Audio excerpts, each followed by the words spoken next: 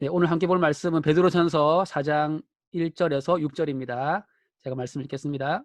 그리스도께서 이미 육체의 고난을 받으셨으니 너희도 같은 마음으로 갑옷을 삼으라.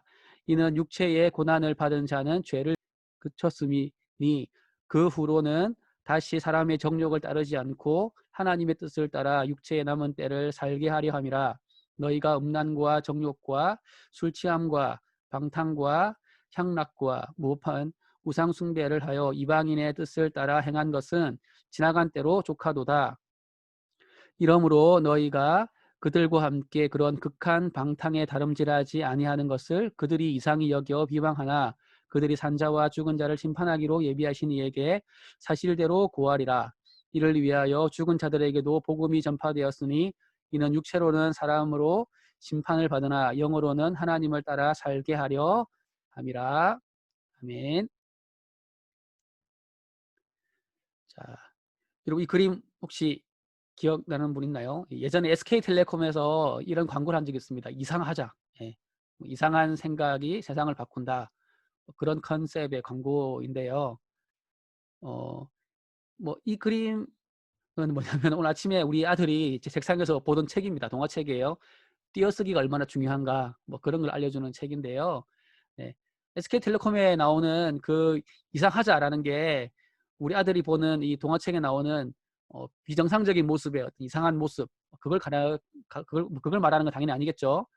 SK텔레콤에서 말하는 이상하다는 여기 사전에 보면은 첫 번째 나오는 그 비정상적인 것 그걸 말하는 건 아니고 두 번째 의미 그러니까 뭐 지금까지의 경험이나 지식과는 달리 별다르거나 색다르다 그런 의미에서 이상한 생각들 사람들이 그동안 경험해보지 못한 어떤 뭐 혁신적인 서비스를 SK텔레콤에서 하겠다 그런 의미의 광고인 것 같습니다. 자, 그런데 SK텔레콤의 서비스뿐만 아니라 그리스도인들도 이상해야 돼요. 달라야 된다는 거죠. 뭐가 달라야 됩니까? 우선 이전의 삶하고 달라야 돼요. 무엇을 기준으로 이전의 삶과 달라야 될까요? 그러니까 예수님을 믿기 이전, 그러니까 거듭나기 이전, 성도가 되기 이전과는 달라야 돼요. 그러니까 그 이전의 삶과 비교해 보면 지금의 삶은 이상할 정도로 달라야 됩니다. 자, 어떤 측면에서 달라야 될까요? 죄에 대해서 이전에, 그러니까 예수님 믿기 전에 삶과 이상할 정도로 달라야 돼요. 자, 여러분 1절을 보면 예수님께서 고난 당하신 것을 말씀하고 있습니다.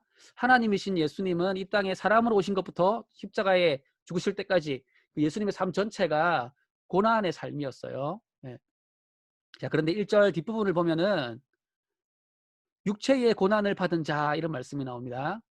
이 말씀은 예수님을 가리키는 말일 수도 있고 또 예수님을 믿는 성도들을 가리키는 말일 수도 있어요. 어느 쪽이든 큰 상관없습니다.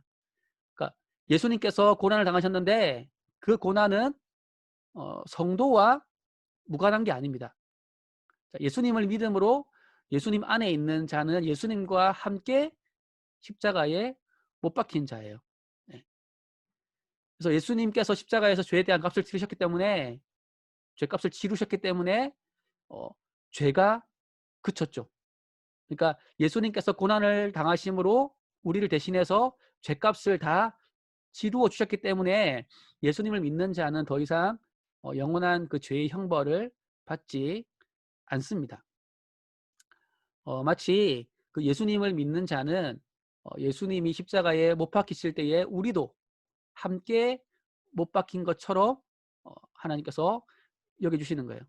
그런 의미에서 우리 또한 예수님 안에서 고난받은 자이죠. 그리고 그 예수님의 십자가 고난을 통해서 죄의 문제가 해결됐기 때문에 예수님을 믿는 성도들 또한 이 죄의 문제로부터 이제 자유케 되고 해방되게 된 것입니다. 자, 잠시만요.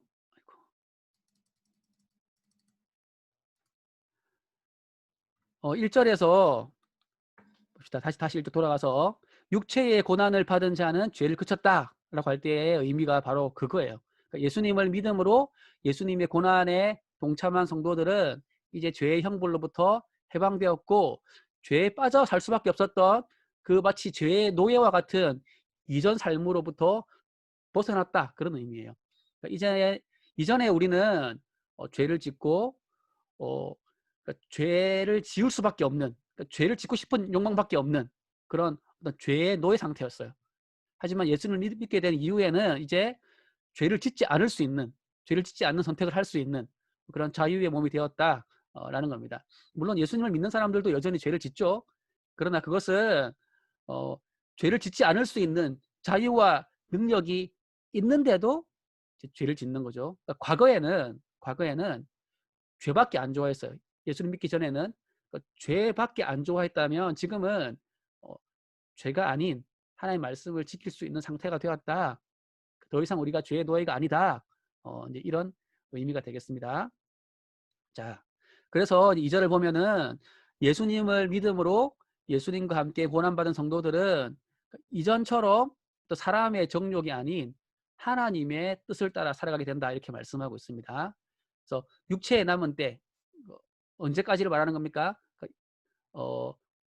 우리가 죽어서 천국 갈 때까지, 그렇죠? 그 전까지 우리는 그래서 어떤 삶을 살아야 됩니까?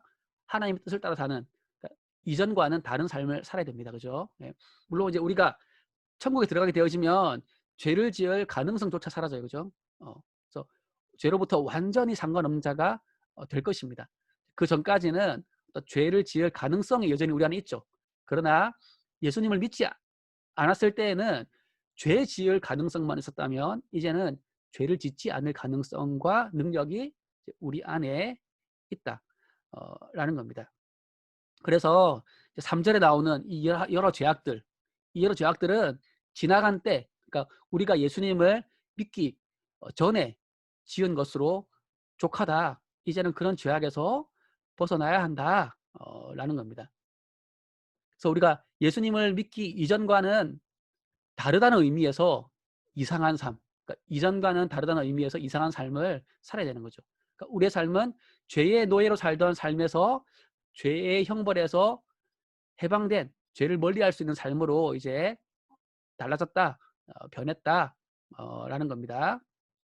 자, 우리가 이렇게 이제 이전과는 다른 삶을 살기 때문에 여전히 죄악 가운데 살아가는 사람들은 우리를 어떻게 봅니까?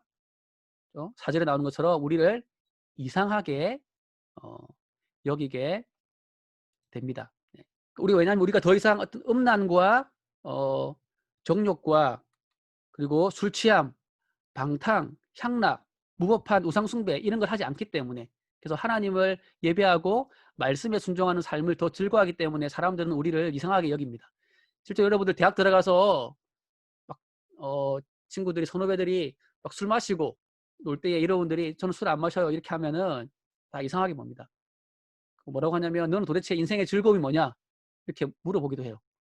그리스도인들이 술도 안 마시고 막 밤새 이야기하고 재밌게 노는 거를 이해를 못해요. 불신자들은. 술이 한 잔 들어가야 서로의 마음을 터놓고 이야기하면서 친해질 수 있다, 이렇게 여기기 때문에 그리스도인들이 술도 안 마시고 막 서로 고민을 나누고 또 막 친해지고 교제를 하고 하는 것을 아주 이상하게 여깁니다. 그리고 그 불신자들은 좋은 대학 나와서 좋은 직장 가서 돈 잘 벌고 잘 먹고 잘 사는 것, 그게 인생의 목표인데 그리스도인들이 우리는 하나님 영광을 위해서 이웃을 사랑하고 섬기기 위해 살아갑니다 이렇게 말하면 다들 이상하게 여기는 거죠. 자, 근데 이제 문제는 뭐냐면은 그냥 이상하게만 여기는 게 아니라 그런 그리스도인들을 비방한다라는 거죠. 비웃고 때로는 핍박한다는 거죠. 물론 여러분들이 고등학교 때까지는 교회 다니는 사람이나 안 다니는 사람이나 신자나 불신자나 삶의 어떤 틀이 어느 정도 정해져 있어요. 그죠? 네, 똑같이 등교하고 하교하고 수업도 똑같이 듣고, 그죠? 그래서 불신자하고 신자하고 삶이 그렇게 차이가 안 납니다. 그래서 사람들이 여러분들을 이상하다 이렇게 뭐 여기지 않는 경우가 많죠. 근데 대학에 들어가면 자유가 많이 주어집니다. 그래서 불신자와 신자의 삶이 차이가 점점 더 많이 나요. 불신자들은 훨씬 더 자유롭게, 나쁜 의미에서는 방탕하게 이렇게 살기 때문에 신자와 삶의 차이가 점점 더 많아지게 되는 거죠. 그래서 불신자들이 그리스도인들을 이상하게 여길 뿐만 아니라 자신들의 어떤 그 방탕함 혹은 쾌락 혹은 욕심, 그런데 신자들이, 그리스도인들이 동참하지 않기 때문에 그것을 보고 그리스도인들은 꽉 막힌 사람이다, 시대에 뒤떨어진 사람이다, 혹은 저 사람들도 속에는 욕심이 가득한데 겉으로만 아닌 척하는 어떤 가식적인 사람이다, 이런 식으로 비방하는 경우들이 생기게 됩니다. 그럴 때 우리는 내가 좀 문제가 좀 있는 건가? 이상한 사람인가? 내가 정상이 아니라 비정상인가? 그런 의문을 가질 수 있게 돼요. 물론 앞서 말한 대로 그리스도인들은 이상한 사람들이에요. 그러니까 예수님을 믿지 않던 이전과 다른 삶을 살고, 또 예수님을 믿지 않는 다른 사람들과 다른 삶을 산다는 점에서 다르기 때문에 이상할 수 있죠. 그러나 비정상적이다라는 의미에서의 어떤 이상한 사람은 결코 아닙니다. 하나님께서 사람을 하나님 형상대로 만드셨잖아요, 그죠? 그때 처음 만드시고 뭐라 하셨죠? 보시기에 심히 좋았다, 이렇게 말씀하셨어요. 그게 정상적인 모습이죠. 하나님이 보시기에 심히 좋았던 그 정상적인 모습, 어떤 모습입니까? 어, 죄가 없는 상태죠, 그죠? 예. 자기 마음대로 욕망과 쾌락을 쫓아 사는 삶이 아니라 하나님의 말씀을 따라 사는 상태. 예, 그게 하나님이 사람을 처음 만드신 보시기에 심히 좋았던 그 정상적인 모습이에요. 그러므로 예수님을 믿음으로 그 죄의 형벌을 벗어나서 죄를 짓지 않는 삶을 살게 된 그리스도인들은 비정상이 아니라 정상이죠. 그런데 이 땅을 사는 동안에는 불신자들이 우리를 비정상처럼 볼 수도 있습니다. 그런데 자, 5절을 보면은 우리가 죽어서 마지막 심판대 앞에 섰을 때는 어떻게 됩니까? 불신자들이 신자들을 이상하게 여기며 비방한 그 죄악에 대해서 낱낱이 고하게 되어 있다, 이렇게 말씀하고 있어요.